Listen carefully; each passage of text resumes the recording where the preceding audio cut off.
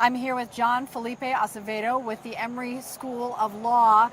There is so much in this case that the law can really guide us, but some of it is uncharted territory because this is a first in American history.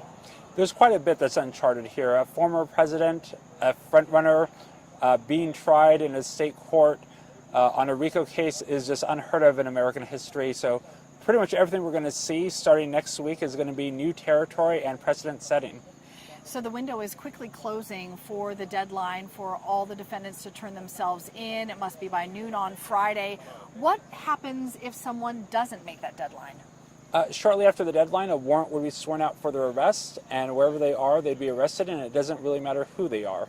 All right, we know that Mr. Trump is planning to surrender today. There are some conditions to his bond that are especially interesting in this case, given the volatility and the divisiveness of the topic, and that is no threats can be made. Right, and that's a fairly common bond requirement, that threats not be made against witnesses, jurors, or court officials. What makes this one interesting is it included social media. And I think that speaks to the changing power of social media in American society and Mr. Trump's penchant for using it. Certainly a megaphone. It's been proven that he uses and has his own platform. So that's a very interesting term of the condition. So today is really another beginning, maybe another phase in what is still the preliminary part of this process. It is. If you think about it, even today with the surrender, he'll still have to do arraignment in the next probably couple of weeks. And then after that, there'll still be discovery, motions, and we're still quite a ways from this trial starting. What is so interesting about this case in Georgia and really differentiates it from the other three indictments in other states is that it's building this conspiracy case, trying to prove that there was some web of criminal activity, which is why there are so many defendants. There are 19 in all. How does that make it more challenging as we go through this process? As it makes it much more challenging for the district attorney, she's going to have to juggle 19 cases. It's going to make it much more complicated for the jury, whoever they happen to be in the end. So this is going to make it a much more complicated case, but potentially just one case if all 19 can stay together. And we've seen some defendants already break off, making different requests for change of venue. Of course, the former head of the state GOP, David Schaefer, being one of them, saying, hey, I want this moved out of state court and into federal court, and that's a challenge in itself. Where do you see that going? So I think Schaefer's challenge is probably fairly weak to get into federal court, simply because he's not a government official.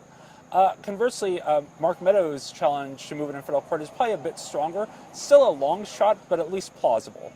And it's an interesting dynamic in that request because federal court would change the jury pool, which would be significant here because Fulton County is predominantly blue Democratic voters. If it were to go to federal court, it would have a wider reach throughout Metro Atlanta and a greater diversity of political voters, more conservative voters in that jury pool then. Yeah, it would shift the jury pool dramatically. And I think that speaks to the power of the jury and the ability of, in the end, it's going to come down to 12 citizens of Georgia to decide the fate of these 19 defendants. Yeah, imagine if that letter comes in your mailbox. I'm hoping it doesn't. Right, no doubt. So another request that's interesting is from one of the lawyers, Kenneth Cheeseborough, who's asking for a speedy trial, which I think from the outside in, you think, how is that possible? This is so expansive. What are your thoughts on that? I think it'll be interesting to see the fragmenting of defense strategies, and this is definitely one fragmenting. Former President Trump has always sought to delay trials, and this is trying to move the trial up to November. And I think that signals from Cheeseborough's and his attorney's perspectives that they feel the case is weak and they want to move on it as quickly as possible. Interesting. So if that were to be granted, let's say, would that mean the 18 other defendants would be lumped into that and the timetable would move for everybody? It would move for everyone still in state court, so it would become even more important to try to separate yourself into federal court or otherwise be severed from the main group of defendants. You see how many moving parts there are here.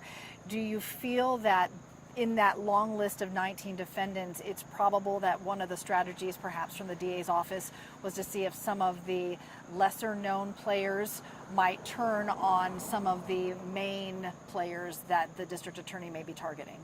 I think that's always a prosecutor's desire.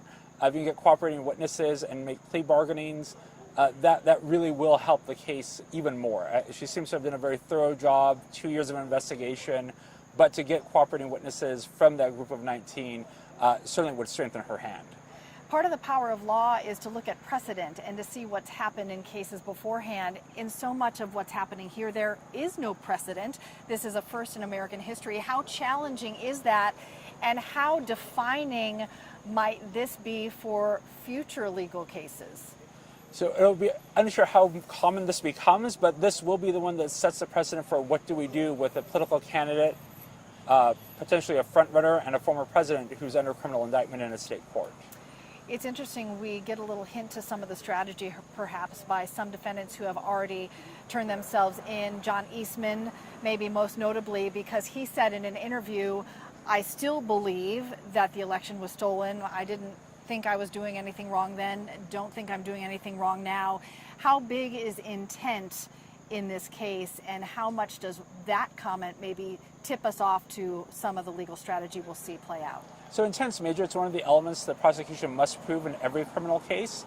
That is the intent to do the criminal act. In this case, it's going to be a specific intent to do a criminal act.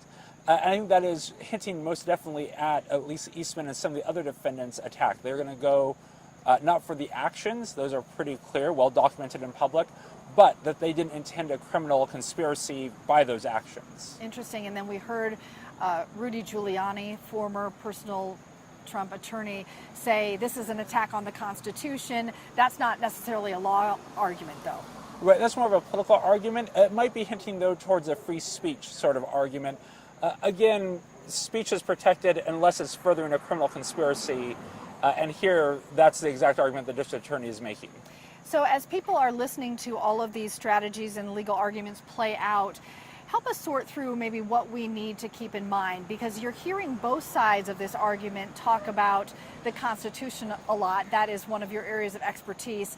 Those who support Mr. Trump say this is an attack on the Constitution and sort of a overreach by the law. Those who think he did something wrong criminally say that this is an attack on democracy and the Constitution.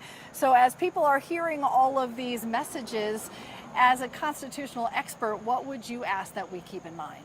I think you keep in mind that, one, this is an unusual case because of who the defendants are, but in many ways it's a very ordinary case. It is simply a conspiracy that was targeted to do a fraudulent act, and it'll be up to 12 individuals to decide the guilt or innocence of these defendants.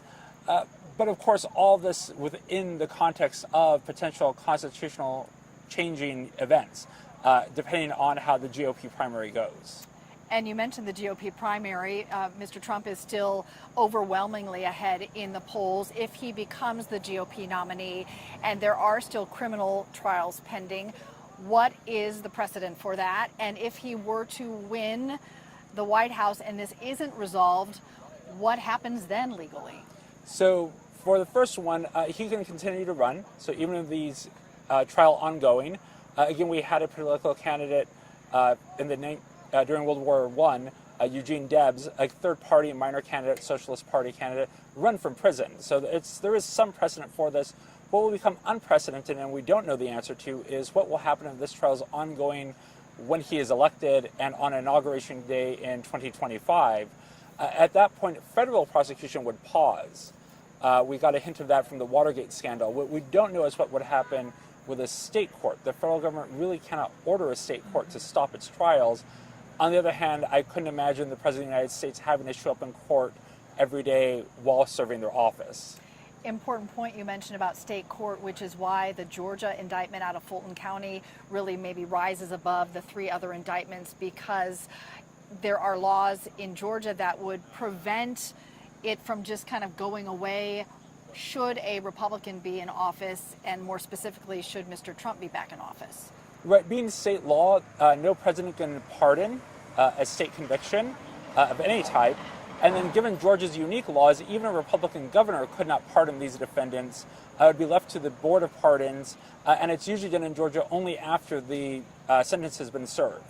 All right, a lot to watch here as we're anticipating the surrender of former President Trump here at the Fulton County Jail. Thanks so much for your insight and your expertise. We really appreciate it. And thank you for having me. My pleasure.